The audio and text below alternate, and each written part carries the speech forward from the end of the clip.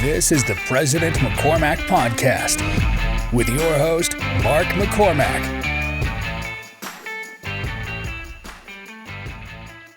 All right, ladies and gentlemen, today on the podcast, we have Bridger Battaglia. What's up, man? What's up, dude? Welcome to the podcast. Yeah, this will be fun. I like that we picked the girl room. We're in the ladies' room. Yeah. The fuzzy chairs and the barn doors. Dude, the barn door is new. Yeah, is it? Yeah, Dakota was just telling me about it. I was like, yeah, it makes it pretty in here. Yeah, You know, well, whatever. setting the mood. I like it. It's kind of a ladies' room designed by men. There you go. So I'm surprised there's not a doily in here or something. Yeah, exactly. Something silly. Jimmy had his hand in it. Oh, yeah, I'm sure. Yeah, there you go. I think he does. He probably does. So, all right, so I got a funny question to start off. Let's hear it. Ready for this? Sure. Would you rather fight 10 100-year-olds or 110-year-olds? Ooh. I think probably 10 100-year-olds or 110-year-olds. I don't know. I'd feel bad smashing a little kid, but 100-year-olds were like, they grew up tough. Yeah. So I don't know. I wouldn't want to fight either of them, but I guess if I had to, I'd probably just take the old guys because it'd be more of a fight. I'd feel better about it, I guess. Taking the old guys on? Yeah, I'd feel bad smacking little kids. So I saw that question on TikTok for the first time, right? They actually said, which one would you rather do for $1 million, right? They didn't actually say the whole thing. And there's a guy that pops on, after the guy asks this question, he just goes, it ain't about the money. Line them damn kids up. Dude, that's funny. Yeah. See, I'm like, I don't know. I feel like the old guys, it'd be more fun. Oh, I don't know, dude. They would just break it to dust, I think. 100-year-olds, man, they're pretty fragile. Yeah, I don't know. I work at the VA, man. Some of these guys are tough. Really? Still? Some of these guys are tough. Yeah. It's funny because I think in their mind they're still 40. You know what I mean? Yeah. So they'll kind of get mouthy and start talking about how tough they are, and you're like, dude, that's awesome. Yeah. I love it. So one fun thing about you that I relearned twice, even though you told me the first time, is you played football at the U. Yeah, a while ago, long time ago. Yeah, we're old now. I know, it's weird. So I was working with some of the athletes up there during fall camp last year, talking to one of the guys, and he's like, so when did you play up here? And I was like, well, 2008 was my first year. He was 5 years old. And I was like, when the hell did I get old, man? It was crazy. Yeah. I was like, this is not how it's supposed to go. It was so funny. I know, it's wild. How old are you right now? 33, just barely. 33. I know, you got these guys who are like 50s, 60s. We're calling each other older. Yeah. Flipping their lead. Yeah, no, it was funny, man. It hit. So you played this. So you were there with Brian Johnson. And were you there with Paul? That was our Paul first there? year. Yep. Or was he? Okay, Yep, Paul was there. and Brad. Okay, cool. Yeah, Brad was tight end up there. Nice. How was the cohesiveness of your team? Dude, so it was funny. I loved the group. It was a special group. And I think, that's kind of why we were as good as we were. Yeah. We just had a ton of buy-in that year, and everybody was just down to do whatever. Yeah. There was no holding back that year. And then we won a couple of bigger games, and we were like, holy moly, we might be able to do this. Yeah. But yeah, I mean, you have guys like Paul, you have Brian Johnson as your quarterback. We had some really good guys on that team. How many guys went to the NFL? Dude, I think we had 7 or 8 drafted that year. It was crazy. Yeah, it's a big deal. It was a good year. Who was Star Lutulele on that team? So Star came on 2009, 2010. Okay. I think. Yeah, he wasn't there the first year. But dude, I remember Star coming in. It was a max day for the workouts. Yeah.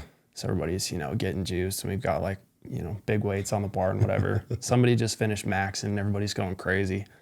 And Star, this was his first day. He just walks in, grabs the bar, and just starts just running it out with somebody's max. And we're like, holy shit, this guy's an animal. And then he does the same thing on squat, just grabs the bar, just up, down. Yeah. Wow, this guy's special, man. Was he straight from high school or was he a transfer? He came from Snow. He transferred up. He was a bounce back. And he ended up, where did he go in the draft? Do you remember? Carolina. No, but first round, second round? Oh, first. Way high, right? Yeah. Yeah. Yeah, he was good. Yeah. He was way good. I'm assuming he's out of the league now, though, right? Do you even know? He was playing for Buffalo for a couple of years. I'm not sure if he's still playing, but I think that's where he finished up. Yeah. I only know that because my dad's from Buffalo, so. Oh, is that his team? Yeah. Yeah. Yeah. So I grew up a Bills fan. So when everybody was like, who's your football team? I'm like, the Bills, you know? You know, being a guy in Utah, we don't have a football team. So I was like, okay, I got to go with Buffalo. And then you've got the Utah Jazz. And it's just like all of my teams were like so close, but just couldn't, cross the finish line. Yeah, couldn't make it happen. Yeah. Yeah, for sure, dude. It's I joke around a lot about the Jazz being the worst girlfriend ever, right? Like, Yeah. they break your heart every year, then you have a breakup over the summer, then they get a little bit better, and they get back together. You get your hopes up, and then they like, still break right. your heart. I mean, it's Buffalo, like 4 Super Bowls in a row that they lost. Yeah. They're looking pretty good right now, though. Yeah, Allen's a beast. I'll tell you, last year it was crazy. I was going to win 2 of my fantasy leagues. I'm in 3 of them, right? Okay. And it was all coming down to that freaking game. But I needed Joe Burrow to get 20 points, and he was averaging 40, right? Then I had a guy on Buffalo, and I can't remember who it was. It might have been your running back. And all I needed was him to get 2 carries. So he ends up getting 2 carries. So I win 1 league, right? And then I lose the other one because Joe Burrow only got 2 points because that was the game that guy fell down. Dude, I you see that? I don't Bro, there's a guy that fell down in the first quarter. Right, they're blaming it on the COVID vaccine. Oh, right? You're talking about They just stopped the game. Yeah. Yeah. Who was that? DeMar Hamlin, I think. Yeah, that sounds right. Yeah. Yeah, something like that. And they just called it. So fantasy was kind of up in the air for a minute there, right? Yeah. It was like, are we gonna play this game? Here? What are we doing this? And they just called it I think they called it a draw. Oh, really? Yeah. And it had massive playoff implications and all sorts of stuff. It was a big game. Yeah. I want to say it must have been the Monday night game. So yeah, I mean, wasn't there 10 million people watching or something like that? It was Probably. some crazy stat where he just dropped and they didn't know what to do. Yeah. Well, I think they thought he was dead and all sorts of craziness. Yeah, wild. So Yeah, it's crazy. So tell me, where'd you grow up? So I grew up Sandy, so just kind of by the mouth of Little Cottonwood Canyon. Yeah. Yeah, cool. What school? I went to Jordan. Nice, Beat Digger. Yeah, Beat Digger. For all the non-Utah fans out here of the podcast. Yeah, we were the Jordan High School is the Beat Diggers. Beat Diggers. Yeah, we got rated, I think, the second worst mascot in the country, behind the dung beetle. Where's that? I don't know, some Midwest place, but yeah, somebody. I think that's what they were saying back when I was in high school. So, yeah. So did you go straight to the U from high school? Yeah. Nice. Yep. So we were all right. We should have been a lot better. We had a lot of guys that just couldn't stay out of trouble. And On your high school team? Yeah. Yeah. So we won some really big games, and I honestly think that's the only reason I got really a lot of looks. Yeah. Was there's some really good guys at Bingham, some really good guys at Alta, and playing against those guys kind of, I guess they were there to see them, and they saw me as well, and so it kind of helped out. But nice. Yeah, I played with a couple of those guys up at the U, and just worked out. So what would you say the difference is between the levels of play between high school and college? How big of a jump is that? It's huge. Yeah. It's huge. In fact, funny story for you. So my first day at the U, I couldn't join up for summer ball because I thought I was going to be going to Brown, but because it was Ivy League and back then they couldn't offer athletic scholarships. I had to qualify you for an academic scholarship or something like that, or maybe I just wasn't good enough to get an athletic, and so they're going to try and get me an academic. I can't really remember what was going on, but the recruiter was telling me so I got a 3.89 GPA and 27 or something on the ACT. And I either needed a 28 on the ACT or a 3.9 to get the scholarship. And I was just that 0.01 away. And so it ended up that I didn't go to Brown. So I had to join the U after fall camp. So walk in with Coach Witt, we're talking, I'm dressed up. I've got church clothes on basically. And we're chatting and he's like, okay, we finished up our talk. He's like, go down to the strength conditioning room. He's like, they're doing workouts. He's like, ask for, I won't say his name, ask for one of the coaches and tell them that you need your gear for the workout and just jump in on the workout. All right. So I walk down, I find the coach. I'm like, hey, what's up? I'm Bridger, I'm joining the team. Coach Witt told me to come down and get the workout gear so I can jump in on the workout. He goes, if you're here for the free shit, why don't you just tears into me? I'm like, who is this guy? He's this little guy, high-pitched voice. I'm like, who the hell, what did I do? So I'm just super uncomfortable. I'm like, whatever. So he's like, if you're working out, get in the workout. I'm like, I'm wearing wingtips, dress shoes. I'm like, okay. So I pull off the tie, throw it in the pocket, take off the shirt, and I'm wearing like slacks and dress shoes. It's leg day. So I'm like box squatting and I blow my ass out in my pants. Like, perfect. And so nobody told me like where to go next. So we like finished the workout and everybody's looking around because I know nobody on the team. Yeah. I was like, who the hell is this guy? Like, what's going on? Why is he wearing like church clothes working out? So I didn't know where I was going. Nobody talked to me because they're like, not sure what I'm doing there. So we were supposed to go to meetings after, but I didn't know that. So I just went to the locker room and it was a Monday and we were supposed to be wearing shells. It's like a foam vest underneath your jersey and shorts. But they didn't put shells in my locker. They didn't put shorts in my locker. So I'm the only one suited up. So I'm out there with 124 other players or whatever. I'm the only one wearing full pads. They put like these old, like back when we were a Nike school, like probably 10 years old pants. So I'm wearing these like long, like cotton knot stretchy pants, full pads. And I'm at practice and I'm just like, I just wish I could disappear. You know what I mean? I'm just like, please let me just hide on the sidelines. So we were doing punt return. So they needed like somebody to jump out on punt at Killman. I'm like, all right. So I'm hiding in there. They go, new guy. I'm like, shit. So I get out there and I'm lined up against Bryce McCain, who played for Houston. He was awesome. And whistle blows and I go to do the same like stutter step swim move that I've always done in high school. It worked just fine. And I am upside down and on my ass before I can hear the end of the whistle, man. Like the speed is just crazy different. Yeah. And so, yeah, my introduction to college football was like brutal, man. It was out of the frying pan into the fire and like, it's a different world. Yeah. Yeah. That's one thing too, right? From college to the pros, right? The speed's even like on it's a different crazy level. Like everyone's fast. Well, especially now, dude. You've got like DNs that are like 6'8", 270 running like a 4.4. Yeah. Like what the hell are you supposed to do against that?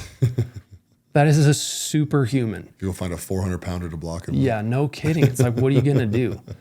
It's like me at 185 pounds. Like it doesn't matter how fast, how mean. Yeah. Like, dude, it's a math problem at that point. It's like, you're going to get broken. Yeah.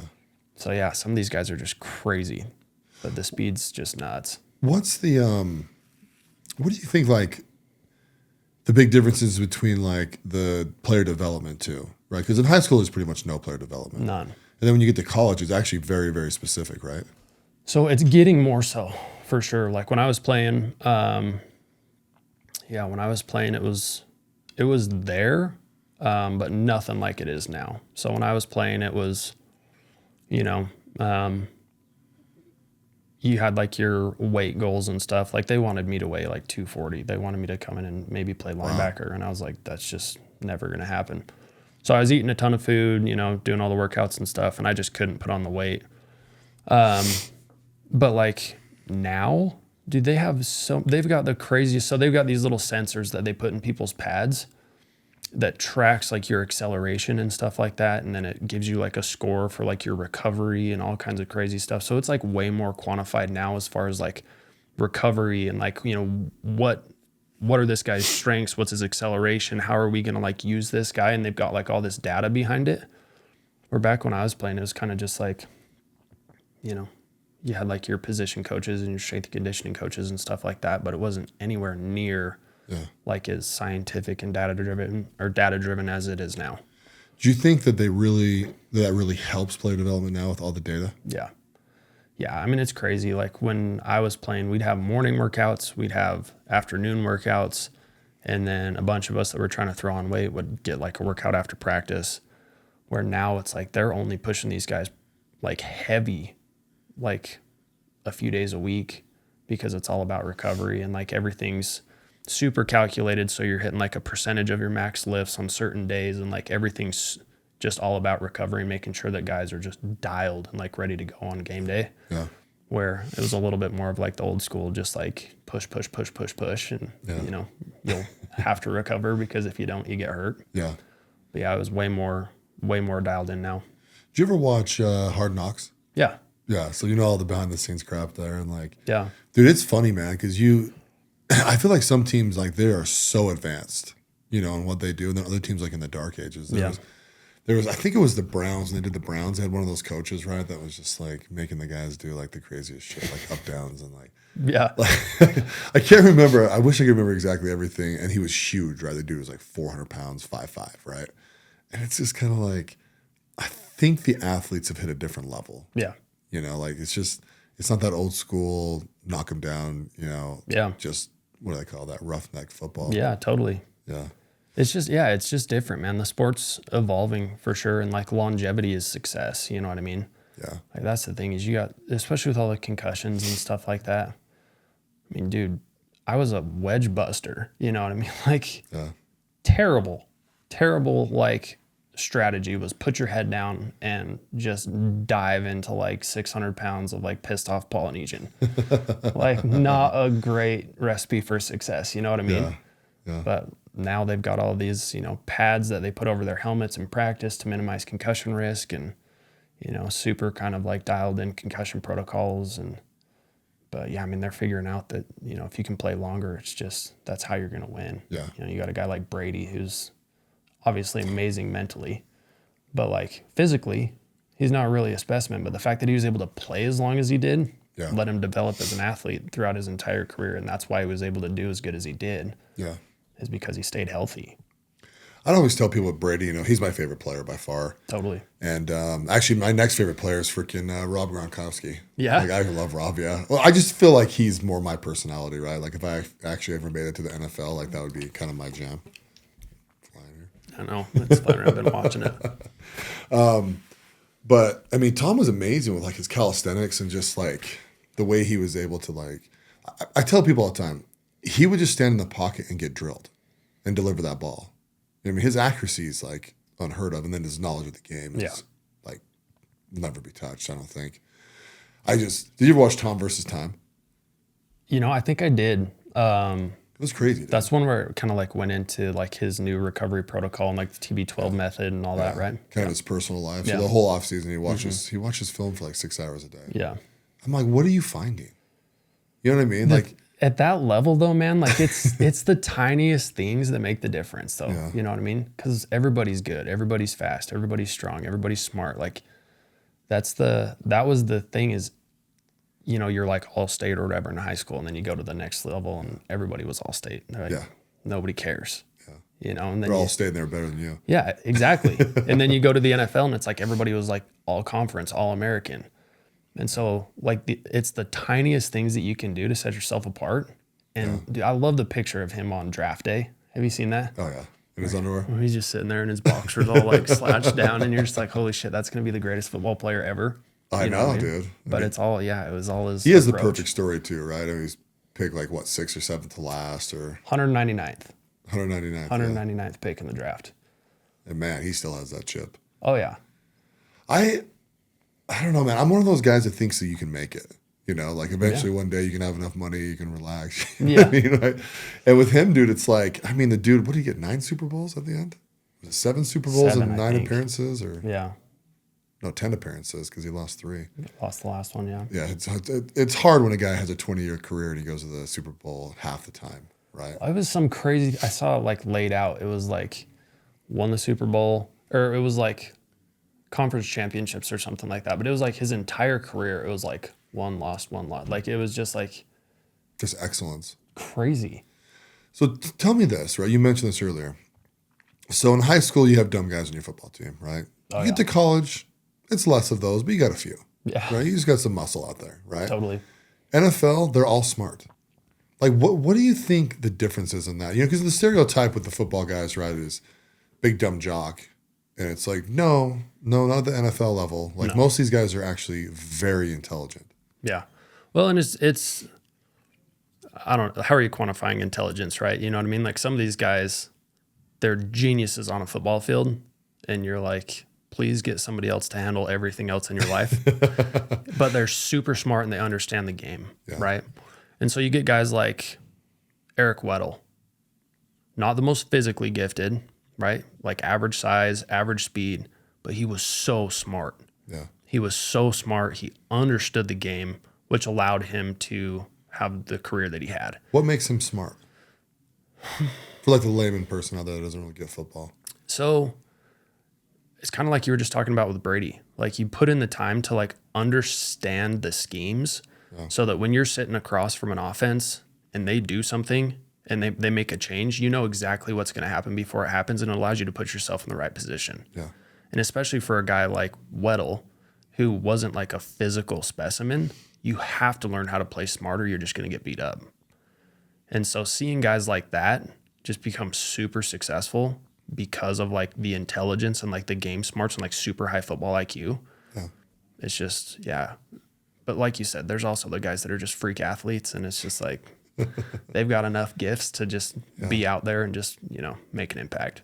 One thing that's fun, so I played center, right? And so, you know, we always did the calls. You know, I did all the line calls, you know, and then you had the quarterbacks that do all the, you know, audibles and changing routes and all sorts of stuff on the fly. And like when you really watch football, I think that's the difference between the casual fan and kind of like, you know, a more cerebral fan, right? Like you were watching formations, you were watching what they do. Like it's kind of funny too, right? Like, so I coached my son's football team. I've kind of told the story a few times on here, but, well, it was maybe not on here actually, but I was a defensive coordinator, right? And they were all 10, right? So we're talking little guys, right? And it was fun because we were able to be on the field for the first half of the season, right? And I would just stand back there and just like the formation would, you know, pull up, and I would stand right behind. I would stand right next to the safety. You're like, here's where it's going. Yeah, and his name was Jack, right? I was like, Jack is going to the left. It's most likely going between those two holes. So start floating that way right now. So he'd start floating, right? And then the offensive line, I'd yell slant left or right, whatever, you know. Then I ended up, I mean, they're 10, right? So you do a lot of like all-out blitzes. And, dude, it was like kind of playing like Madden. Yeah. You know, and then I was kind of, now I'm big enough that I can kind of almost tap the middle linebacker, right, and still talk to the safety. Yeah. And I'd be like, dude, okay, over here, blah, blah, blah, hit that gap, blah, blah. We were always sending linebackers and stuff like that. And we got really good. We won the championship. That's what you were saying the other day. Yeah, that you won. That's awesome. No, that has more to do with the head coach and his offensive scheme, honestly. Well, but sure I mean, our defense was pretty solid. Yeah, you know, like doesn't hurt being able to call the plays out on defense. Yeah, it helped. Dude, we were supposed to do it the whole season, but someone attacked a ref down in Lehigh last year. So like a coach? I think it was a sideline coach.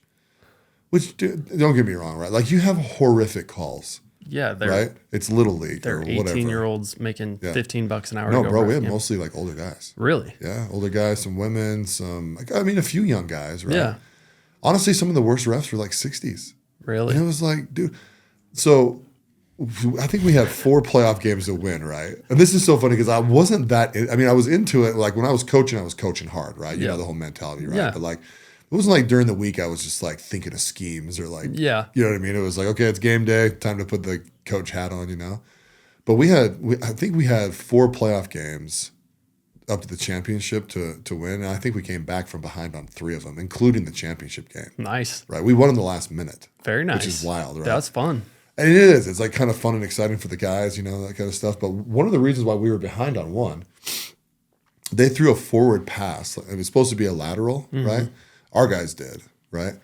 The kid ran forward for one thing, right? He was on the line. Instead of running back, he ran forward. So then the guy throws in the ball. They yell lateral, right? Even though we're talking like 7 yards at this point, okay. Right? Like not a lateral. It like bounces in front of our guy, hits him in the legs. He tries to pick it up, but the corner had come up on him, right? Because he had gone down the field, and the corner ended up getting the ball and then running it in for a touchdown. And we're just like waiting. The whole team's waiting, and the one ref just calls it a touchdown. And it's like, no. That was a forward pass. Dude, that's a forward pass. It's not even close. So, you know, our head coach, most of the coaches were screaming at this dude, right? And it's like, and he just barreled down. He's like, no, I call it how I see it. It's like, do better. You know, so we've got like parents that are like bringing down their phones because they're like videotaping stuff, right? And they're like trying to show him he like won't have anything to do with it. It's like, dude, at 10 years old, you got to get these calls right. Yeah. You know what I mean? It's not moving fast enough where you should miss it. No, you know what I mean? Like the game is so slow. Like if you miss a 7-yard forward pass, you're just not paying attention. Right. And these guys, dude, they get screamed at, right? Like they really do. Oh, like, totally. There's parents that are losing their shit. There's freaking coaches that are losing their shit. I took the role on, as I'm sure you can imagine, as fun coach, right? My whole thing was the guys on our team were not overly intense. They really weren't. Okay. Right? They were actually probably a really good mix, right? Like, I mean, you want your head coach to like stand up for you, right? Like, he's got to chirp at the ref a little bit. You know what I mean? Like, it's kind of part of the minutia of the game, right? And but I was just like, you know what? The thing I can do the best is make sure that every one of these kids loved their experience and had fun. Totally. Right. So I was in practice. I'm always messing with them, dude. Like, there was one kid that, you know, like wouldn't explode off a line, so I'd get behind him. He was a lineman. Yeah. And as soon as they'd like say hi, I could just fucking slam his ass forward, like right into the line. And then I always challenged him, you know, I'm like, if any of you guys can take me, I'll, you know, buy you all pizza or something. Yeah, right? good luck. And then just wreck him. You know what I mean? Totally. Just like sit on my knees and just boom, boom. That's so funny. But I coached football when I was 29 on a 9th grade team. Okay. That was way fun. Oh, yeah. It was a little lighter than I am right now. So, like, dude, I'd play corner and freaking just intercept the ball over and over and over and over, you know, teach them how to jam at the line. That was a lot funner for me, though. I mean, 10 years old, right? Like, you're teaching a little bit of skill, but, you know, mostly it's just like get them in the right position. Yeah. And pray to God they'll get the tackle right. Or there's not 2 boys blocking them and it's over, yeah, exactly. Right? It's just, you know. But then, you know, you got your safeties and corners afloat, and these kids, man, they come to play. I mean, they hit pretty hard at 10. Like, they're not. It's not light. Coaching it's funny though, because like there's a kid that cries every day. Yeah. Right. You know, and then whatever, you know. Yeah. Bangs their elbow, bangs their hand, bangs their head, bangs their bum, bangs their. You know what I mean? He did this to me. Blah, blah, blah, yeah. That you're mad and you. Yeah. That's funny. It's fun being around. So my son one time gets in the car. We're driving home, and it's actually one of the best things ever, right? Because him and I just were able to talk every day. Totally, and yeah. like, you know, and sometimes we took kids home, but, you know, this night was just us, right? And he's like, Dad, why do these kids cry all the time? I was like, I don't know, buddy. I'm like, you know, they just get hurt, you know, like, blah, blah. He goes, I never cry, dude. He goes, this stuff hurts all the time. My fingers hurt all the time. He starts, like, kind of going down the list. Yeah. I'm like, yeah, man, you're built different, I guess. I don't know. You know, good for you, though. But, like, don't judge them. You know, like, they're young. Well, that's awesome that you can kind of have that conversation with him for sure. Because he's a stud. You know, I remember asking him, what position he plays, like D tackle. I'm like, man, you must be mean. You're skinny for a D tackle. He's way skinny. Yeah. Dude, so we played Copper Hills. So Copper Hills, they're notorious for having a bunch of Polynesian kids out there, right? So their entire line's basically Polys, except for maybe one white kid, you know. And so Nixon was going up against, so he weighed like 64 pounds, right? Gosh. So if you're 75 and under, you can Z down, right? So he's well under the range, right? The one kid he was going up against was 125 pounds. The other kid was like 110, Jeez. right? And I'm like, and you think that it's like, well, that's not that much weight, but it's like double his size. Like, it really is, right? And they were wrecking the first quarter, but then they slowed down, right? They just got winded, and that's what it was. They ended up beating them. You know what I mean? And then Nixon, I think he got 2 or 3 tackles that game too, which I don't. If you got to know him better, right? He's so yellow personality. He's just like, hey, whatever, this is cool. See that, Dad? Yeah, high five. You know, like one time we were playing basketball with Jimmer Fredette one time, right? This like explains my kid to the T, right? Nixon makes a shot. Jimmer turns around to give him a high five, and Nixon jumps up and gives him a high five. It's just like, you know, because most kids are just like trying to be cool and like high five, and he was just excited to be there with Jimmer. Yeah, what's up? Yeah, just like bangs his head. Dude, that's like, awesome. Oh, freaking Nixon, you're the best. But yeah, man, I mean, coaching, people ask me if I'm going to coach this season, and I'm just kind of like, I don't know, we'll see. We'll see what happens. I wasn't planning on doing it last season, but my friend was the head coach, and he just asked me if I would do it, and then I was like, I'll think about it. And then the more I was just like, yeah, of course. I'll try and be there. Well, like you said, it gives you a cool opportunity to hang out with Nixon and, you know, lots of cool conversations that he'll look back on forever. Yeah. You coached? No. So, I don't know, man. After I stopped playing, like I kind of became like a terrible fan. Like I didn't like watching it. Yeah. You know, like if I wasn't on the field, I always hated hearing people in the stands be like, oh, you know, Tom Brady's, you know, like what the hell I'm like, dude, you're in the stands. Shut up.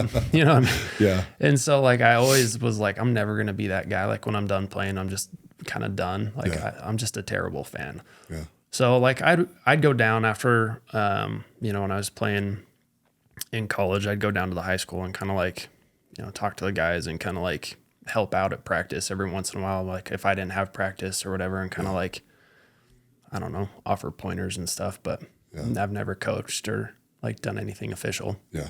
Yeah. It's fun, man. When you get the opportunity, it's funner with your own kid. Yeah. It's also interesting too, because I didn't want to be the dad that was like pushing him into a position. Sure. Right. Totally. Of course, my son, he's really small. And so last year was interesting because I think the kids had played 2 years before he had played, but I thought he was too small to play. And I was just like, I don't want him to hate this. You know what I mean? Like, yeah. Or just get like destroyed. Like there was one little kid, I mean, he was little, dude. I bet he was freaking sub 50 pounds. Oh, geez. Right. He ended up breaking his wrist, and I think it was in a game, or maybe, it was in practice. You know, they knocked him backwards and he put his hand backward and broke his wrist, right? He was just a little guy. And I just didn't want Nixon to go through that. But then at the same time, I was like, well, you also got to get in here because if you don't learn how to play this game, your skill level will be so far away from everybody else and you won't know what you're doing out there. Then you're like useless to the team, basically, right? Yeah. And so I think I timed it right. You know, like he didn't know. I mean, he like doesn't watch football with me. You know, I've taken him down to Raiders games because we have season tickets, right? That's why I bought the damn things. That's what you were telling me. Yeah, take him to games and he's just like chomping candy down and just like, what's going on? You know, he's just like, he doesn't even know like really all the rules. He does now, but like before last season, you know, he didn't really know them all that well. So, and I'm like, you know, I mean, listen, I'm a big dude, right? Like I had aspirations to go play in, you know, higher levels and stuff when I was a kid, but it didn't work out. But there's some level of your size that matters, right? Yeah. And to me, it's better that he just has fun and enjoys his life. I don't really care if he goes to college. I mean, if he ends up being big and athletic, and he wants to work out hard and he really dedicates to it, I'll be his biggest fan. I'll be there for every step of the way, right? Totally. But if he doesn't have, you know, if he's not over 6 foot, it's like, I'm not even going to like talk to you about this because there's just, you're going to suck, you know? Well, I mean, it just depends on what his expectations are, right? Like if he's there and he's having fun and he loves playing and he loves the workouts and loves being, you know, part of the team and hanging out with the guys, I guess it doesn't really matter if he's great. But in high school though, right? Yeah. I just, when you start coaching, you'll see this. It's interesting, right? So a lot of these dads are like, oh yeah, my kid, you know, blah, blah, blah, this and this kid, that kid's amazing. Look at his speed. And, you know, I'm just looking at these guys like, they're 10. Bro, we're 10. We're on the B team. Yeah. You know what I mean? Like, you didn't make the A team because the A team's way bigger, right? I mean, you're talking kids that are well in the 100-pound range. Right? Oh, yeah. And probably 6 or 7 inches taller than every one of these kids. Like, it's just... Dude, I remember playing Little League. We had 2 Polynesian twin kids, 8 years old, like 6 foot, 300 pounds. Yeah. 2 of them. Yeah. And we come out and we're like, what the hell am I supposed to do against this? Like, that is a full-grown man. Spin. And I'm 8. Right. Yeah. Sorry, coach. I'm going to lose this battle today, you know? Like, it's just crazy. But yeah, like you said, I mean, the difference is substantial, especially at that age. Yeah. You know what I mean? Like 20 pounds when you only weigh 100, that's a 20% advantage, you know, like that's big. Well, I remember me in high school, right? I was like 265, probably 260, like 6'6" when I was in high school, right? And it was like just freaking destroying people. Yeah, I was gonna say, what are you gonna do against that? Because I'd go up against 180, 190-pound linemen, defensive linemen. Yeah. Semi-frequent. I mean, mostly. I mean, some guys would get up in the 200s, but I was super strong too and way aggressive. So it was like, even if you outweighed me, I was gonna wreck you. But like, you know, there's just, but guys that were 70 pounds lighter than me, like it was just like, you're done, dude. Yeah. Yeah. Especially because our offense is a double team offense anyways, right? So we always shifted to whatever side we were going. It was generally a double team on a D tackle. So playing center, I was normally helping. Yeah. Right. Unless a blitz came. But then I'm dealing with a dude that's like 165 pounds. Yeah. It's like, oh, it's freaking. It was fun, man. Our high school team was really good. I went to Lone Peak. Okay. And so we did well. But until the playoffs, we lost in the first round. They're still pretty good, aren't they? Yeah, they're always good now. So they've got I don't know what they're doing. I don't know if they're open enrollment or what. I think everybody's open enrollment in Utah, isn't it? Like, can't you go wherever you want now? I have no idea. Yeah, I think that changed after I was there, because like I know Bingham had that like booster guy that owned like 30 houses or something out in South Jordan, and he would just like, hey, you and your family want to come live here and play football for Bingham? And I know that's how they like got around it. Yeah. But I think now you can just go wherever you want. My dad's really good friend was one of the coaches over at Bingham in the 90s, right? I think all the way through the early 2000s too, but definitely in the late 90s. Okay. And so when I was in 9th grade, I actually hated football in 9th grade. My coach was terrible to me. He thought I was kind of like getting used to my body. I was kind of going through my growth spurt, right? So he was like, I didn't get low enough. I didn't play hard enough for him. And I was like, oh, F this, I'm never playing again, right? Then the next season I go start as a sophomore, right? Like that was the contrast between him. He benched me the last 2 games. I was like, oh, screw football, you know? Yeah. But my dad's friend was one of the coaches over at Bingham. He's like, oh, just come to Bingham. Like you can drive to Bingham, because I turned 16 in October, so it was like, yeah, I could probably make this work, you know. And he's talking about how good the program was. But my dad's Scottish, right? I mean, he understands American football, but like the competitiveness level to like get me to the next level like was never there with my parents. Yeah. It was all self-driven. So looking back, I mean, if we were actually all about football, like, hey, let's put some chips on this color, you know. Oh yeah. Like I probably would have ended up going to Bingham. Mm-hmm. And they were a powerhouse back then. I mean, dude, they were, yeah. State champ after state champ, right, in the 90s. Yeah, and even into the 2000s. I mean, they were really good. Yeah. They were really good. It was funny. So, like, growing up, Little League, like, I don't know, we won 2 or 3 state championships. And, like, it was always us and Bingham. Yeah. And Bingham was always like, what in the hell? Like, they're just used to beating the shit out of everybody. And we were just this scrappy little ragtag group of kids that just didn't lose, Won't man. die. It was exactly, just wouldn't die. So we played them. And then my senior year, we had like the 100-year anniversary game or whatever. But our head coach was kind of an idiot. And we didn't have a home field for my senior year, because he like got the ball rolling for like this turf field, but didn't have the money. And so they like bulldozed our old field and like tore it all out. Yeah. And then we didn't have the money to like replace it. Oh, So God. we had like Jordan's 100-year anniversary game or whatever at Bingham, playing Bingham. And we ended up beating them, and everybody's like, did not see that coming. Yeah. But like, we'd always have like big games like that in the middle of the season where we'd do well. And then in high school, we'd just fall apart and Really? playoffs and just, we just weren't good in the playoffs. Yeah. But yeah, Bingham's awesome, man. Did you ever sniff the NFL? No. Yeah. No. Dude, I didn't have the durability. So I've had 3-4 shoulder surgeries, bunch of concussions. I was like, just not built for it. No, that's the thing. It's a big thing. Yeah. So the NFL's really cognizant of how many injuries you've had coming in. Totally, dude. You're going to invest millions of dollars. Like, you want to know that thing has a lot of mileage left. Yeah. You know? Yeah. And you play, was it free safety or strong? Free.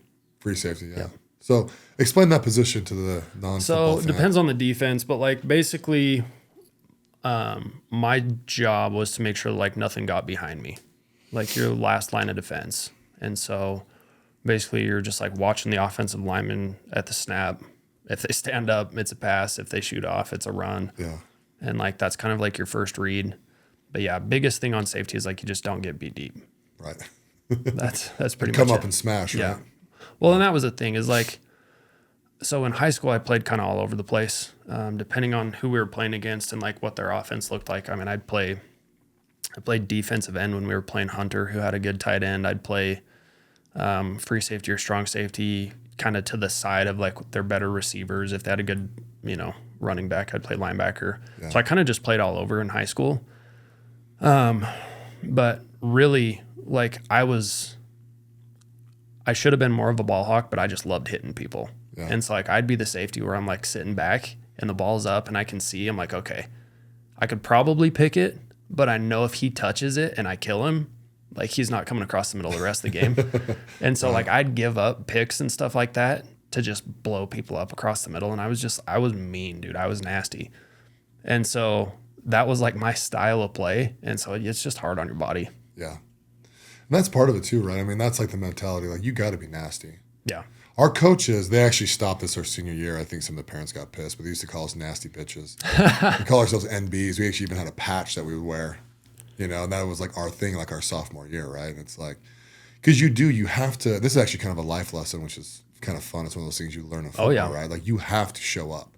You have to show up with a freaking, like, they should call it chip on your shoulder. Like, I call it like an attitude. Yeah. Right? So in our locker room, we used to like listen to like, Metallica and like this screamy shit. And then by my junior year, I was like, which I actually like that music. It's fine. Right. But by my junior year, I was like, no, we're going to switch this up. Like, we need to not come out here like angry football players are stupid football players. Yeah. Right? You got to come out. Yeah. You're emotional, right? You got to come out smooth, prepared, in flow. You know what I mean? Like, mentally ready to play this freaking game.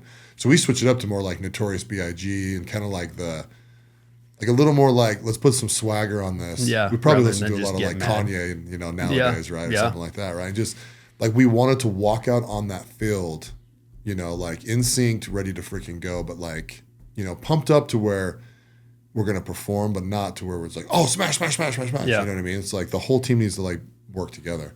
And that's one of the things I love about football the best. I think it's the greatest team sport. Totally. Like I really do. Yeah. Because in the NBA and our basketball team, you can have one or two amazing dudes and everyone else can just kind of be like, right? In football, outside of maybe your wide receivers, like on offense, like you have to work as a team. Yeah. Every one of you. And if one of you guys is out of place, most likely that play is getting blown up. Totally. You know? Especially at a higher level, right? Because the guys on the other side are going to see that and exploit it. Yeah.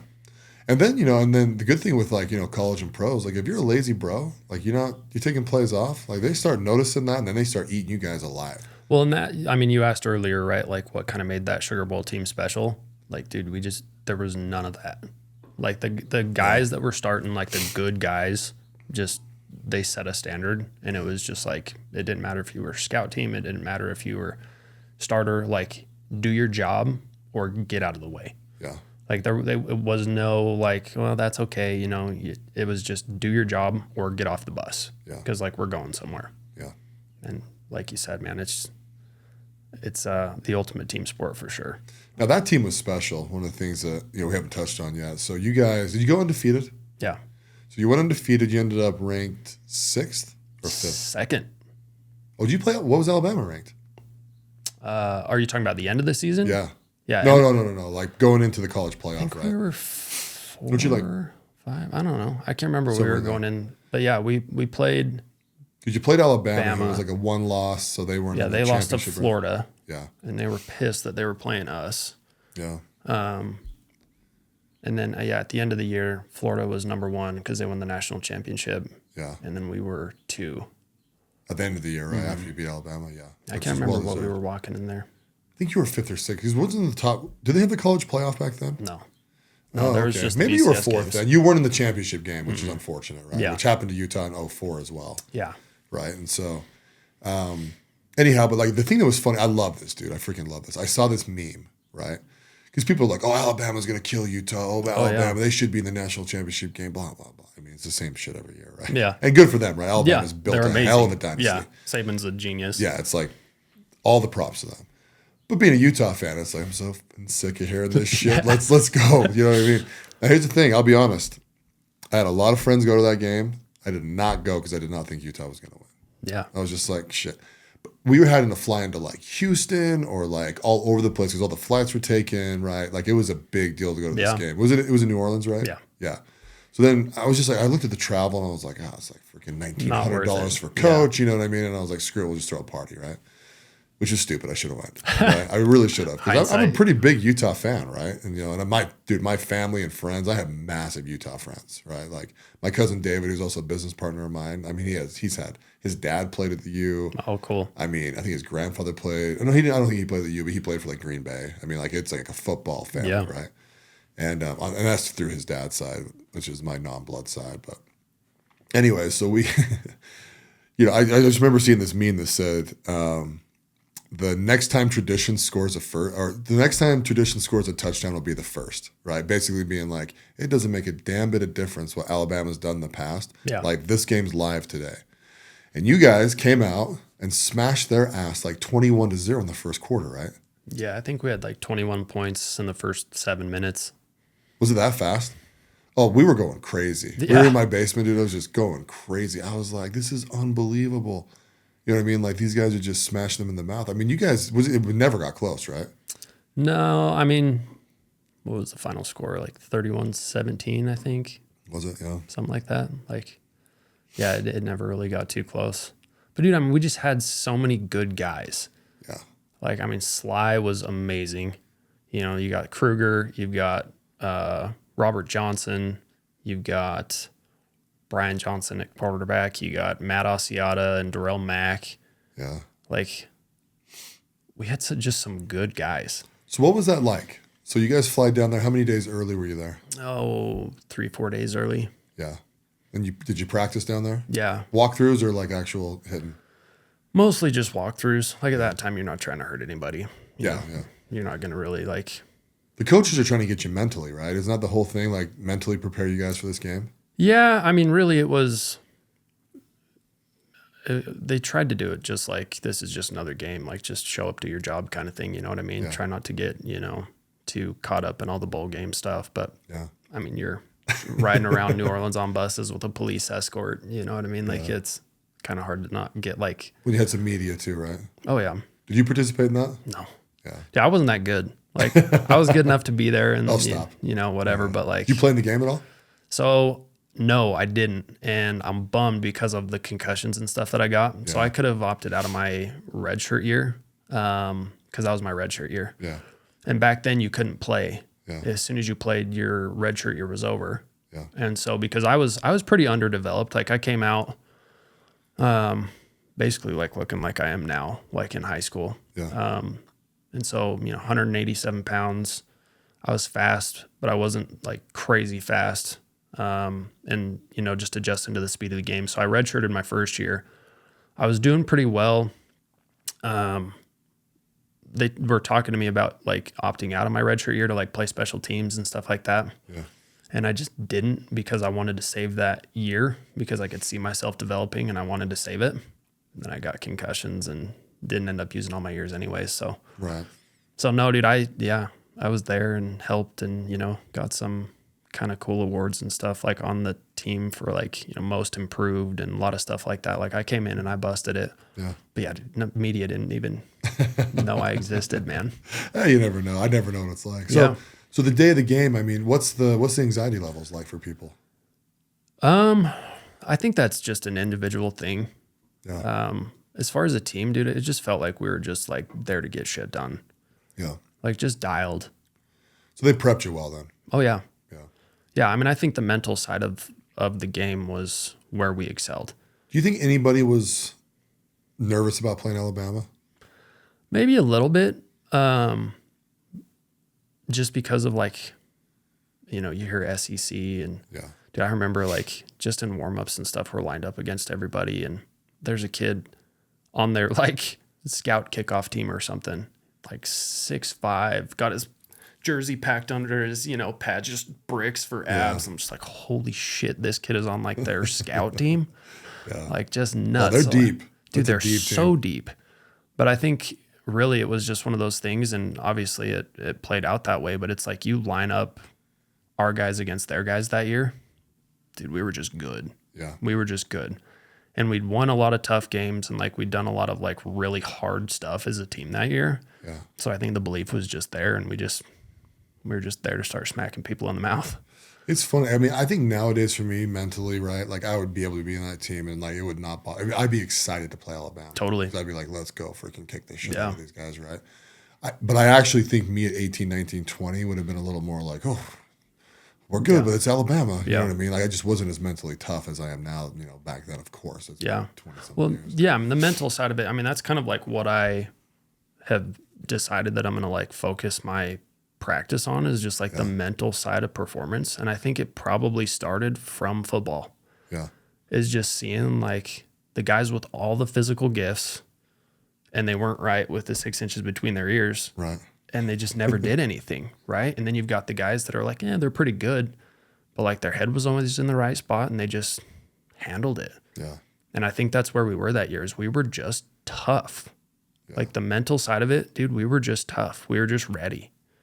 So going and kind of pivoting back into your career. So you're an MD. Yeah. Right. So where did you do medical school at? At the University of Utah.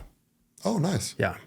Because that's kind of hard to get into, right? It's a good program. Yeah. I mean, it is a good program. Yeah. And I think, the fact that I was kind of like a non-traditional applicant, like I played football and, did business stuff and kind of, I wasn't like the kid that was just like coming out of school and saying, hey, look at my grades, let me into med school. Yeah.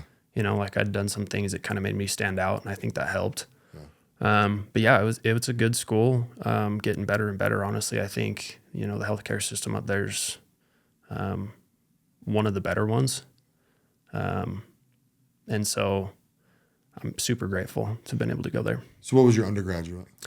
So I did my undergrad so I started pre-med because I was like, oh, I want to be a doctor. Yeah.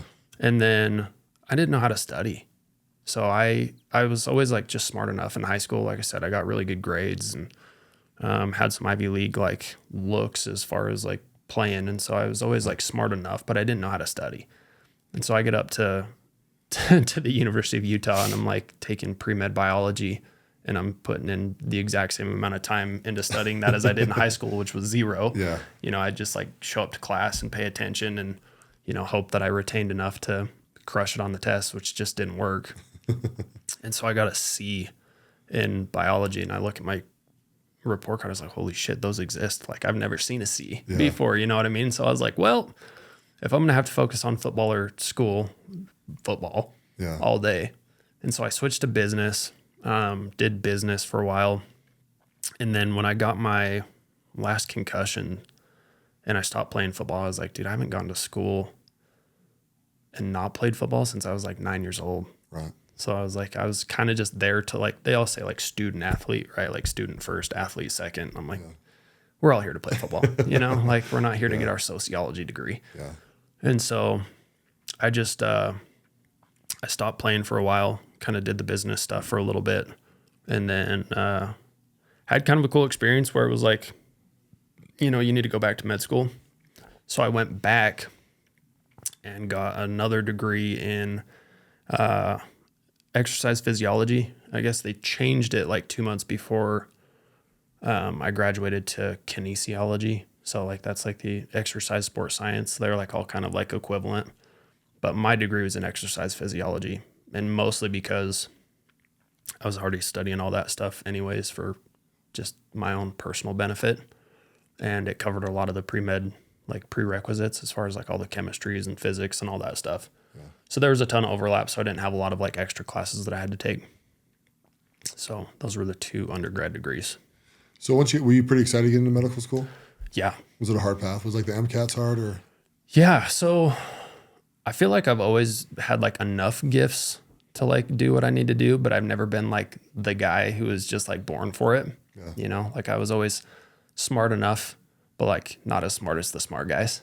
And I was always like fast enough and like strong enough, but not, you know, like the guy. And so it always just took like a ton of work.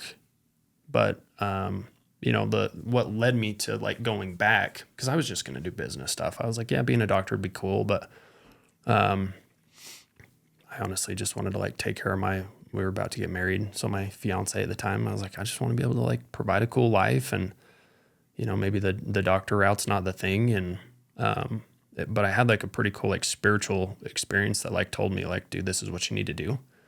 And so I think honestly, because of that experience and like my belief that this is what I was supposed to be doing, I didn't really care how hard it was. Like I was like, yeah, I'm just going to do it. You know, like doesn't matter what's in the way. Like that's the end goal. And I don't care what's between me and there. Like that's where I'm going.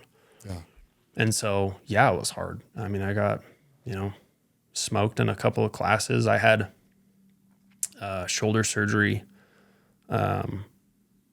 during one of the semesters, and I remember like sitting there like trying to write lefty, like filling out like this biochem test or whatever, and I was like, I can't do it. So I literally had to take like a biochem test verbally with like the professor, just like stuff like that, where I'm just like, ugh.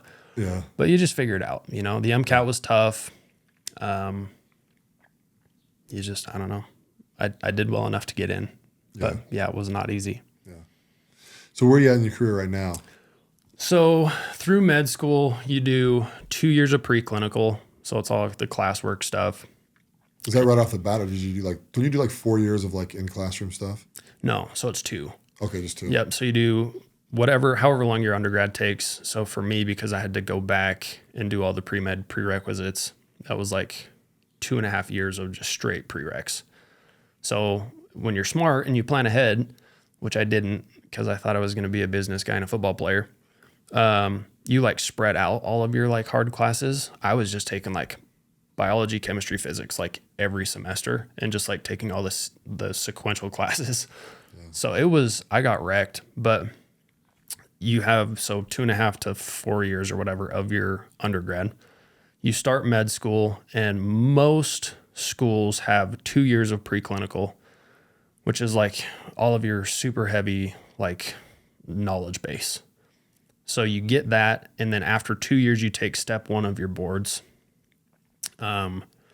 which is like this 9-hour test with hundreds of questions or whatever. And once you pass that, you're able to move on to your clinical rotations. And so 3rd year, you have internal medicine, which is just like your general hospital medicine, pediatrics, neurology, psychiatry, OBGYN, and surgery are like your core rotations. And those range anywhere from like a month and a half to 3 months. So you do those rotations, and then you take step 2 of your boards, which is like the more clinically based exam. So that's a 2-day test. Or is that one still 1 day? I think maybe that one's still 1 day, but it's like 9 hours. Again, hundreds of questions. And it's more like clinically based rather than just like memorizing facts. It's more like, you have a patient that comes in. This is what they're presenting. What's the first thing you're going to do? And then your 4th year is more like advanced clinical rotations and more like specialty specific on what you're going to be going into. And so that one is, a lot of electives, basically. So like, I was going to do plastic surgery, so I did a ton of plastics rotations, and I did a lot of surgery rotations just so I could have more time in the OR. But then I switched to psychiatry, and so I had to like change my whole application basically, like, within the last year or so of med school before you apply. And then you apply to residency through what's called the match. It's like this, it's pretty interesting algorithm, honestly. I think they won like the Nobel Prize for it or something. Okay, cool. But so what it does is like, I applied to, 15 programs or whatever is included in like the flat fee. I was like, if I don't land in my first 15, like I did something wrong. Yeah. So I applied to 15 schools, and then I ranked those schools as far as, if I get an interview, liked them, didn't like them, whatever. I rank all the schools, and then the schools rank all of their applicants, and then it just runs all the numbers. And if my top choice ranked me within their top 10 spots, if they've got 10 spots, then that's where I'm going. And so it kind of just like shuffles it all around. So like the whole medical education thing is pretty crazy process, and I had no idea. Like I got into med school and I was like, sweet, I'm gonna be a doctor, and then they started talking about like step 1, and I'm like, what the hell's step 1? Right. It's like, no, there's like all these big things that you need to do along the way, and I'd never had anybody like family members, nothing, go into medicine, so I had no idea. I just showed up and I was like, sweet, I go to school, I don't get kicked out, and they're gonna let me be a doctor. I had no idea. Yeah. So how are you? So how are you liking it now? So are you out of rotation, or you're out of residency now? So right? I'm in my residency. Or you're in it. Yep. So I just basically finished up my 2nd year of residency. So out of 4. Okay. Yep. And psychiatry is a little bit different because it's a 4-year residency. So like internal medicine is like 3, pediatrics is 3, emergency medicine is 3, and then some of like neurosurgery is like 7 and 9, between 7 and 9, depending on like how many, like whether you get a PhD in the middle because you're doing so much research or whatever. So your residency kind of just depends. So psychiatry, at least at the U, it's split differently at other programs. But the first year is split 6 months on internal medicine and 6 months of psychiatry. So after your intern year, you take what's called step 3. And that's when you're like a licensed physician. So you have to complete an intern year, pass step 3 of the boards before you get like your medical license and your DEA number and all that. For me, the 2nd year was all inpatient psychiatry. So either like severely mentally ill for, psychiatric reasons or whatever, or inpatient medical patients with psychiatric concerns or addiction or like consult type stuff.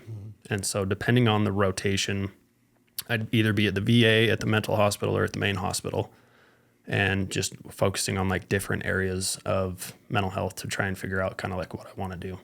Now, are you still technically in school? No. Well, so... Like you're not paying tuition or anything like that anymore, right? No, but like I think technically we're still considered grad students, I think. I don't know. Somebody told me that, but no, we're getting paid. We're just getting paid like garbage. Right. Yeah. So yeah, working all the hours, making like none of the money. But then when you graduate residency or completed, I guess is a better way to put it, right? Then you can go apply for jobs. Is that yeah? how that works? So it depends on what you want to do. So for me, I think I'm gonna end up starting my own thing. I just don't fit the hospital system well enough to think that that's a good long-term play. But once you finish residency, you're eligible to sit for the board exam. And then once you pass the board exam, you're a board certified whatever, right? So like Howland, he did a plastic surgery residency, was eligible to sit for the boards. Once he passed the board exam, he's a board certified plastic surgeon. Right. And so for me, I've got to pass my psychiatry board to be a board certified psychiatrist. But right now, like I could, have a medical whatever place if I'm just practicing general medicine. Right. So definitely recommend people go to like board certified providers. Yeah. It's crazy, especially Utah where we've got like a ton of plastics. Like go to somebody who's a board certified specialist, not like, hey, this guy, did a general surgery residency and decided that he really liked cosmetic stuff and, wants to give you a lip filler and a facelift. It's just like, don't do that. Yeah, I heard that from Nick, right? Yeah. Like you don't actually have to be board certified to do certain things, right? No. And it's kind of like, well, I mean, yeah, you could be like a pediatrician, right? And actually do a nose job. Totally. Yeah. Yeah. Fully as long legal. as people want to pay. Yeah. As long as you can talk somebody into it, you shouldn't. Which is wild. Yeah. Yeah. Like it's wild. Dude, yeah, it's crazy. Oh, dude, this world, man, it's kind of funny out there. It's funny how people market. Right? Oh, yeah. That's where that conversation came from, is us talking about marketing. And Yeah. like, how many plastic surgeons are there in Utah? I'm like, I don't think there's that many. He's like, well, there's not that many actual board certified ones, but there's a ton that will do Cosmetic surgeons. Yeah, cosmetic stuff. Yeah. Big difference between board certified plastics and cosmetic. Yeah. So with you going private, what does that mean? Oh, man. I don't have that totally worked out yet. So private practice, I mean, it's just Howland's a good example, right? So he could have gotten hired on by like IHC or the University of Utah and worked within their like plastic surgery department, but he kind of like set up his own shop and, practices how he wants and sees the patients that he wants to see. And so that's kind of what I'm thinking. So what I've decided that I'm going to like specialize in is like performance mental health. So I've been working with athletes and stuff. I love that. Got some business guys that are clients and like we'll kind of, chat through stuff with them. But like I just love like the mental game. And I think it's kind of the steering wheel. You know what I mean? Like it was always interesting to me when I'd be on, the medicine service or whatever, and you have a patient come in and, they're trying to die and you're doing all this stuff and you do all these things to the patient and they get better. But they don't really get better. They just get back to their like shitty baseline that they were at before they crashed and had to come to the hospital. And then everybody's like, high five and hey, we did a good job and, saved the patient. And I'm like, they're going to be back in 4 to 6 months. Yeah. Like we didn't actually address the problem. We did a bunch of stuff and like stopped the acute catastrophe, which is good. I mean, it's better than letting them die. Right. But like, it's such a weird cycle that I just don't love. Yeah. And that's kind of what our healthcare system is designed to do. Yeah. Is like we are really, really, really good at not letting people die. Yeah. We're really good at that. Yeah. But as far as making people like healthy and like super functional and like raising their baseline and like giving them like the tools that they need to like approach their potential, we don't even touch it. Well, one thing you and I were talking about is, you tell people to get healthy. Yeah. Which is funny, right? Because in different aspects, right? Like I talk to people and I say, hey, listen, dude, people who are depressed live in the past, right? People who have anxiety live in the future. And we don't really talk about like being present and like the mental health that really comes around that, right? It's a lot of like, well, I feel depressed. Well, here's a pill. Yeah. I mean, I feel like I have a lot of anxiety. Well, here's a pill. Yeah. And those, I think, and this is just, the gospel according to Mark McCormack, right? But like, I feel like we're going to pay, I actually think we're paying the price for it now. Yeah. But it's like not getting better either. Like we're getting way, way, way worse. I mean, you got kids who are like 9 years old that are suicidal. Like when we were kids, that was unheard of, and nowadays it's like, they make a big to-do about it, right? And they get them into counseling and all this kind of stuff. And it's like, I don't think we're getting down to the core of the problem. No. Right? Like, what's the actual mental side of this that's really, yeah, I don't know, affecting society? But answer me this question. Do you think that's because of habits, the system, or like we don't have the studies to really understand mental health as well as we could? Like a little bit of everything probably? Yeah, dude, it's so multifactorial. I mean, that's the thing is like, especially mental health, it's like chicken or the egg. You know what I mean? Some people, they've got a lot of reasons to have a lot of mental struggles. You know what I mean? Like some of the people that I see in the hospital and like hear their story, I'm just like, holy shit, man, if I've been through what you've been through, like I can't say that I'd be doing any better. Yeah. You know, like just terrible, terrible, terrible things that they've been through. And so they have all the reasons, right?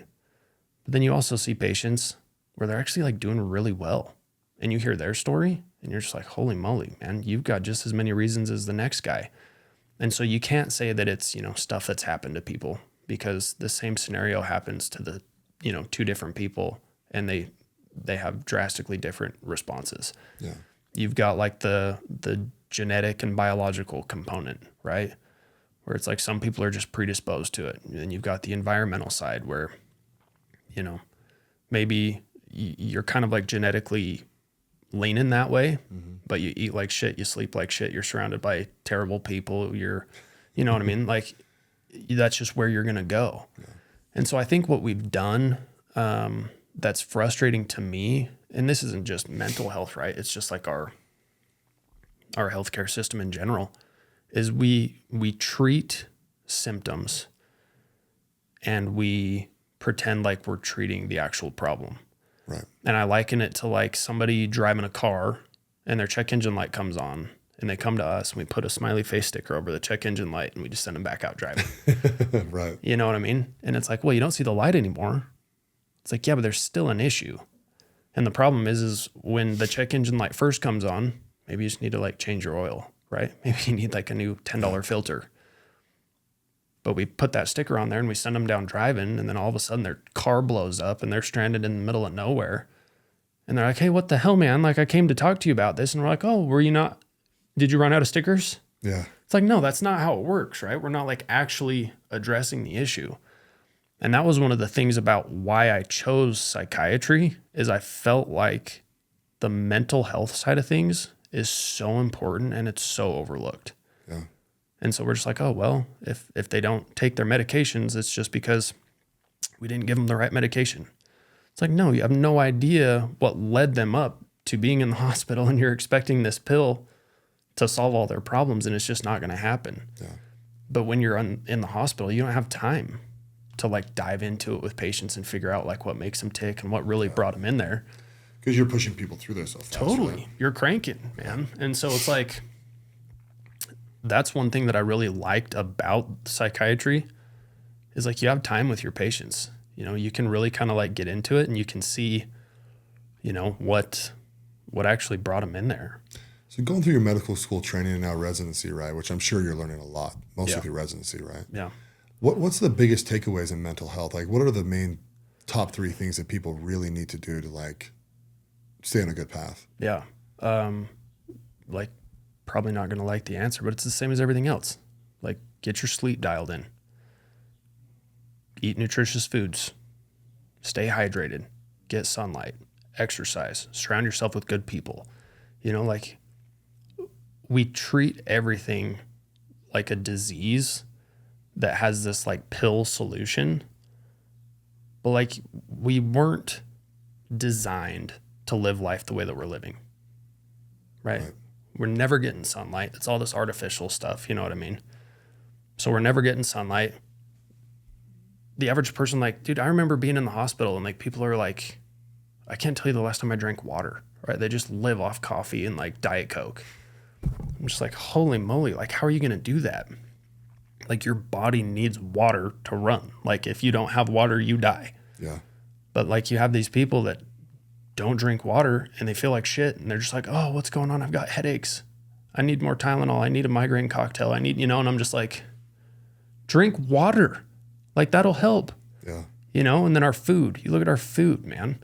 It's not even food anymore. Like the ground is so depleted from nutrients because we've just overcropped the shit out of it. So that it takes a ton more food than it used to just get the same amount of nutrients. And that's if you're trying. Yeah. But if you're just going fast food garbage, like your body doesn't know what to do with that. Yeah. And so like it really is simple. And I don't want to like overgeneralize, but honestly, like if you're doing all of those things, you're going to avoid 99% of the garbage that most people are dying from in this country. Like you're making your liver and your kidneys, you're just dirtying them all the time. Yeah. You know, and then like, yeah, no wonder why you feel like crap. Yeah, you're clogging up all your filters. Yeah. You know what I mean? You're not, people don't think of it this way, but like what you put into your body is what your body has available to like build your body. Right. Like you're giving it the construction materials. And so people are eating garbage and they're like, I wonder why I feel like crap. I'm like, because your body's having to like resynthesize a liver. Yeah. Out of like processed garbage foods, and you're not giving it what it needs. And so you're just introducing all of these deficiencies that it just takes time of doing the right stuff over and over to kind of like plug those holes. Yeah. 100%. And it's such a finicky thing, right? I mean, I look at mental health and, you know, not that I'm even close to a doctor, right? But I do feel like I understand people at some level, right? Totally. And it's interesting, like negative self-talk, right? That's another massive one, I feel. Huge. You know, it's just like, guys, look at yourself and learn to love yourself. But that's such a simple concept to like say, right? So I think people have a really hard time practicing that or implementing. Totally.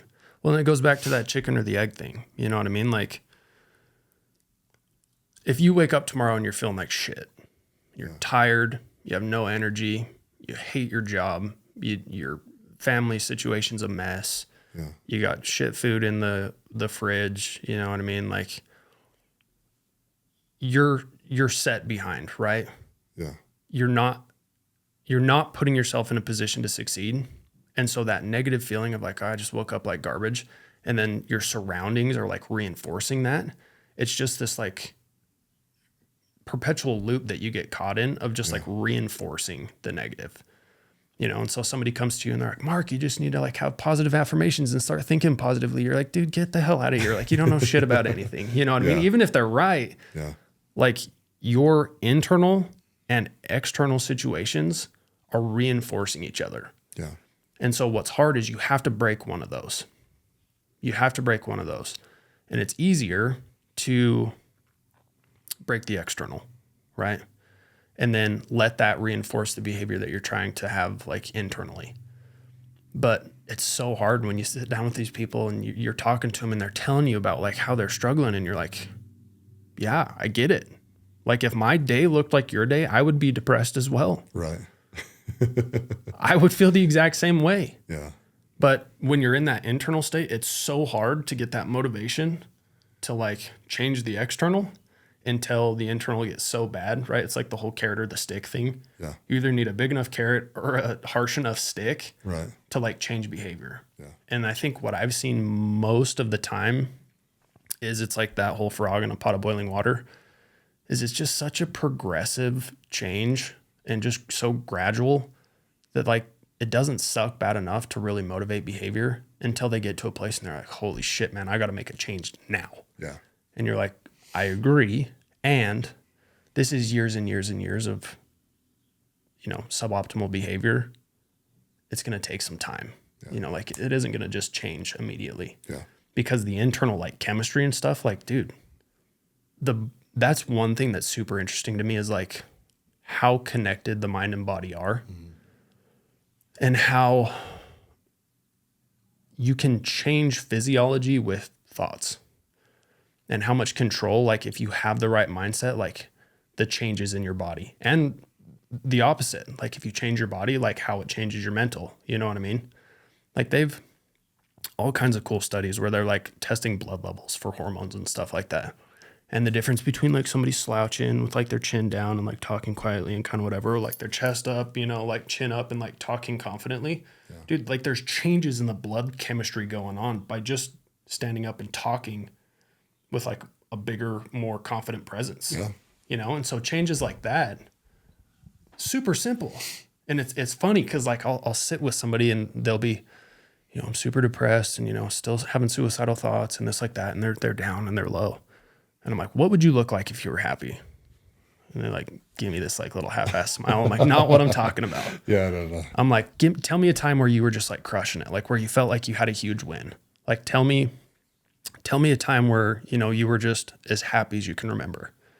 And as they start telling me the story, their voice starts getting louder, you know what I mean? And they start sitting up a little bit more and they start getting more animated. And I'm like, see what you're doing right there? Yeah. You're reinforcing the chemistry that you want to experience by the action.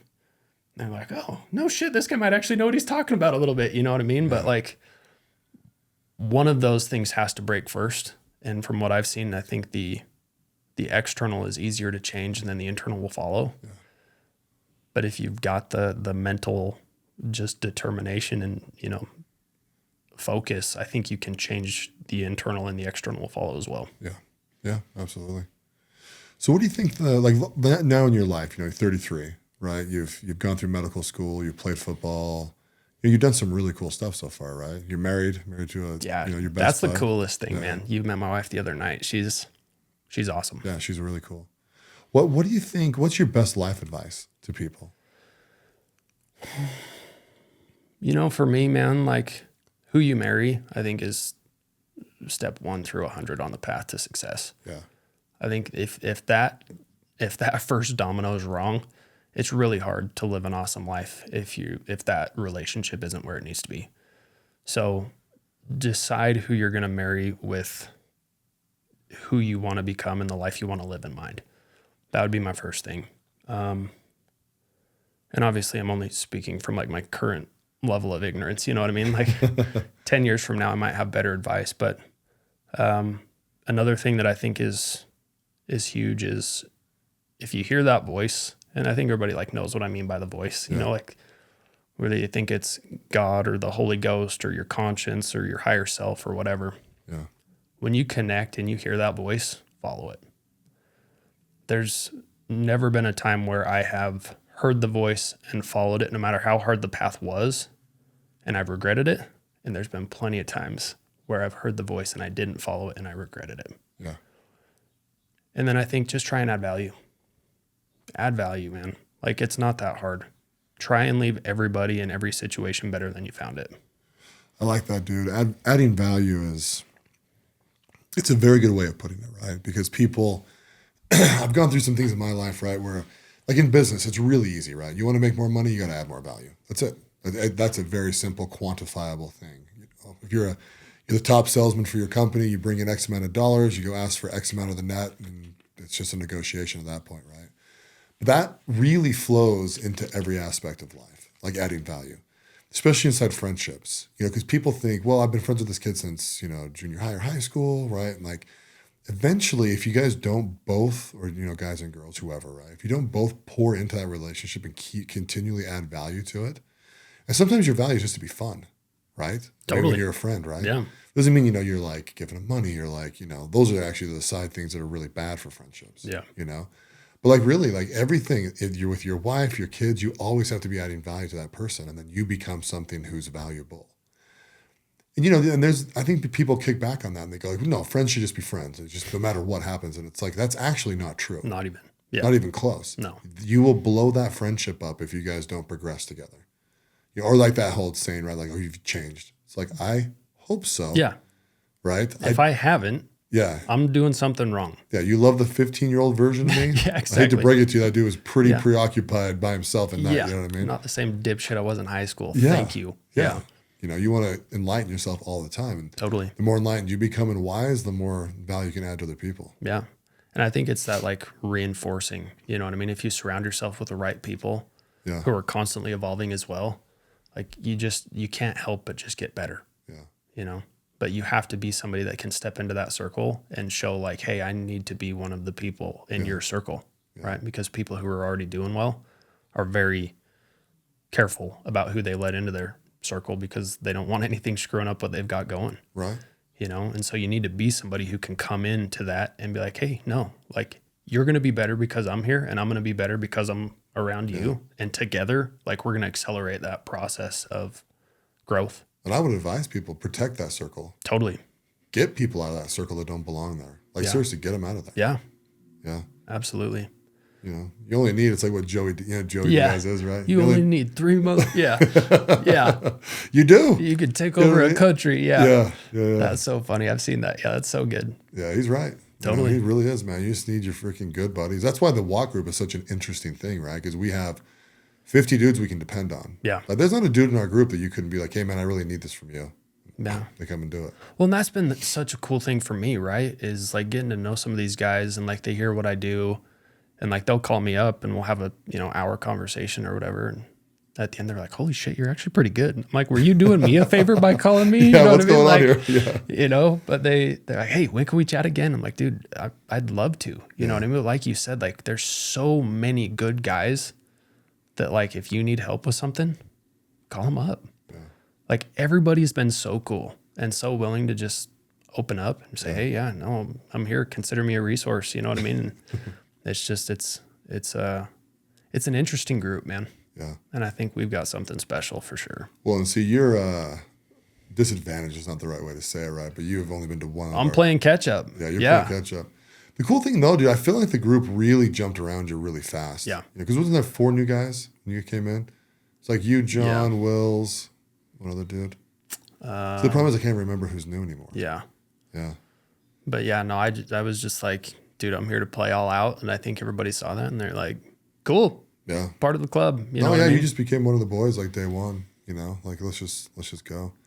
I think the group either does that or expels you actually.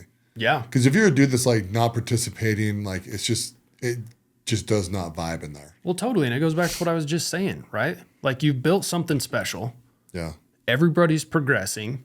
You don't want to throw a wrench in those gears. Yeah. Right? You're either adding to it and everybody's going to get better because of it, or you're taking away. Yeah. And if you've got something special and you're taking away, dude, you're not going to let that shit happen. Yeah. And so like you just said, by building a strong culture, it's either going to chew you up or it's going to be the best thing that ever happened. Yeah. And both are good for the group. Yeah. They both are good. We've had some guys, and I say unfortunately for sure, a couple guys that left the group and then a couple guys have been kicked out of the group. And I think it's funny, the guys that have been kicked out, like I don't really judge them, I mean, there's reasons, right? Yeah. But, I've seen a few of them and I'm just like, hey, like I dab them up, when I see them and just like, hey man, I hope life's good for you. I hope, that was a good experience or whatever, right? Like, one of the guys in our group just recently left. I don't think you've ever met him, but he's going through divorce and so he didn't re-up for the second year. And I just reached out to him the other day and I was just like, hey dude, like once you're in, man, you represent us, so we are the they brother. So like, what do you need? Can we visit you? Like, I know you're going through a rough patch and it doesn't really make sense for you to come back, but like, still be good. Yeah. And I, on that last call I did with the whole group, right, I said to everybody, it's like, guys, like you're in now, like you're branded. You might as well get this thing tatted on you, right? Because this group matters, What Jimmy does matter in his personal life a little bit, right? Because he's kind of the leader, he's kind of the symbol of the group. But really what we do really matters. Yeah.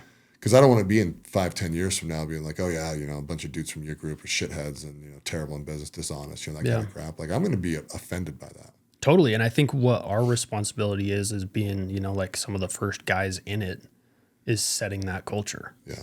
Right? Like you can look at, Jimmy is like Saban, you know what I mean? He's the head coach. Yeah. He like drew up the vision, you know what I mean? And he's got the right people on board to like make that vision happen. But like, dude, the locker room culture determines the success of the team. Yeah. You know what I mean? And so kind of like we were talking about earlier, right? Like if you're one of the guys that like people look to, don't play any bullshit. Yeah. If you see something happening, be like, hey, that's not what we do here. Yeah. That's not what we do. You can go do that shit somewhere else. Yeah. Here, we have a higher standard. Yeah. And I think that's gonna be cool as more and more people come into that and that's reinforced, how much stronger that's gonna be. Yeah. And how much more attractive it's gonna be to the right people. And it's just gonna naturally repel the wrong people. Yeah. And if we do it right, man, it's going to create a group of men that's thousands and thousands of bros deep. Powerful. That have gone through things that, this massive network. And when you gain that trust and respect with everybody, right, over years and years and years, I mean, 10 years from now, right, this could be thousands of people in this group that have gone through the program. Yeah. Yeah. And it's like, what do you guys need? We need something, it's like, hey, I need everyone to, share this post. You know what I mean? It gets shared 4,000 times. Yeah. You know what I mean? Like that's big. Totally. That's a big, powerful machine that we can build. And the cool thing is going to be built on like men that are being masculine and standing up in this world and being ethical and moral. Yeah. Like the backbone of the group is built on that stuff. You know, it's built on integrity, right? And integrity is a pretty broad word. It's also self-defined, which is kind of cool. You know? Like it's cool that like our integrity is self-defined. It's not individually inside the group, it's self-defined. Yeah. Which if you really think about that, it's kind of odd, right? Because you look at a religion, right? And they tell you what the integrity levels are, right? These are the things that we believe that, you know, you have to do to be inside integrity. Inside our group, it's like, you know, self-imposed. Yeah. It's like, right? you know, right? Yeah. You know when you're about to do something and that little voice inside your head goes, don't be a shitbag. Right. Like every time. Yeah. Every time. Yeah. And so what you're talking about, that integrity, that commitment to integrity is when that voice says don't go, I'm not going. Yeah. When it says go, I'm going. If it says help somebody, I'm going to help somebody. If it says don't do that, I'm not going to do that. Yeah. And that's the integrity that you're talking about, is just being at peace with yourself. Yeah. No internal conflict because you're trying to juggle all this bullshit in your head of, yeah, well, I've got to say into the mirror 10 times every morning that I'm a good, powerful person, but then I go out and act like an asshole all day. Right. It just creates this internal conflict. Mm-hmm. But like you said, if you're living in integrity and you're reducing internal friction. And when you reduce that internal friction, you're so much more powerful because all that energy can be directed at accomplishing things that you want to accomplish rather than keeping all the plates spinning in your head where you're trying to like keep all these weird narratives running. Yeah. Yeah, exactly. And there's a lot of freedom in that. Tons. You know, when you start living that way, loving your wife, you know, showing up in this world as a good, masculine, strong man, dude. Like you get to be kind to people, you get to have good experiences, like you get to have a good life. Life's just better. Everything up until that point, all the other bullshit's bullshit. You know, like one of the things I cannot stand is fake it till you make it. Yeah. To me, that's like the number one lie. You know, we say to be honest, and then you fake it till you make it. It's like, no, make it. Yeah. Stop faking things. Just make it. Just Create make yourself. Yeah. Be the guy. As long as you're trying, you're making it. Yep. You know, even if you don't know everything. I mean, I get the principle behind fake it till you make it. Yeah. But it's just a lie. Yeah. So. Yeah. And if you're coming at it from that place of, you know, you're faking it, nobody's going to feel you being a genuine person. Well, and that's, I think the problem with fake it till you make it is you know. Yeah, that's what I'm saying. You know it's a lie. Is if you know you're full of shit, it doesn't matter how well you've practiced the story. Yeah. Right? People with a high enough like EQ, right? You know, like guys like you and I, we can sit across from somebody and be like, this guy doesn't believe what he's saying. Right. Right. He might have all the highs and the lows and the, you know, the dramatic effect and, you know, he's a great speaker. But like you and I can be like, he doesn't believe what he's saying. Yeah. See, and I think imposter syndrome comes directly from fake it till you make it. Because some guys kind of faked it and got into something, then it kind of got big, and they're just like, I don't really know if I belong here. Because when you grind at something and make it work, or even if you don't have to grind, even if you just come up with a really good strategy and execute it perfectly, you don't freaking feel like an imposter when you hit those levels. You just don't. Yeah, you're not surprised because you know you're going to deliver. Yeah. But I think what the imposter syndrome is it's trying to pretend like you're, you know, 3 steps ahead of where you actually are. Yeah. Or you're buying a Rolex and praying to God you can pay your mortgage holy next shit, month. please let somebody like my Instagram post with my Rolex and my rented Lambo so that I can get some traction and be a coach. You know, it's like, oh shit, yeah. Coaching, man, that is a slippery slope. Dude. That is a slippery freaking slope. And I think it's kind of funny because like being a psychiatrist, right? Like people think I'm like a therapist and then they're like, well, I'm like, I hate the term life coach. Yeah. I hate it because every shithead 23-year-old that goes out and does summer sales and makes 30 grand and buys himself a Mazda 3 is now a life coach. Yeah. Yeah. But I also like the idea of coaching because like I've always like had this thing where like doctors are there to teach people. Like that's your job. Like, in fact, I think that's where the word doctor comes from in Latin is like to teach. Yeah. And so like, I see myself as somebody who's like trying to educate people on how they can improve their lives. But I'm also fiery, right? Coaches can yell and teachers can't. Yeah. And so I like the idea of coaching where it's like, look, you came to me. I'm telling you, this is the weight you got to lift. Yeah. These are the sprints you got to run. If you don't want to do it, that's fine. You came to me. Yeah. You're the one struggling. Yeah. I don't give a shit. I don't get better if you take your meds. I don't get better if you go to the gym. I don't get better if you start taking care of your relationships. Does not matter to me. You came to me. Yeah. And so I like being able to have that attitude with the people that I'm working with of like, look, I'm here to tell you what I think will help you. I've got a track record that shows at least enough for you to come to me and ask for my help. Yeah. But I don't know what to call myself, right? It's like, am I a coach? It's kind of. Am I a consultant in a lot of circumstances? Yeah. Am I a doctor? Yes. You know what I mean? So it's like, I don't. Go with shaman. Yeah, shaman. There you go. Life shaman. Let's come up with a new category. Life shaman. You and me, dude. Let's take over the life shaman space. Let's create it. I love it. Oh, yeah, that'd be fun. Yeah, let's go. Well, my friend, dude, we're at an hour and a half. Can you believe that? No, that flew. It goes by fast. So I always ask everybody at the end, what's your best 2 minutes of advice? You know, I kind of already gave my nuggets, earlier of just like marry the right person, listen to the voice, add value. There's got to be another one in there. I think like play your game. Don't get caught up in trying to live somebody else's life. Decide what's going to make you happy. Decide what success looks like for you, and like forget what anybody else says about it and just get there. Because I'll never be as cool as you are if I'm trying to be the next Mark McCormack. Yeah. Ever. Yeah. You know what I mean? If I see how you're showing up and like, oh, people really like Mark, I got to act more like Mark.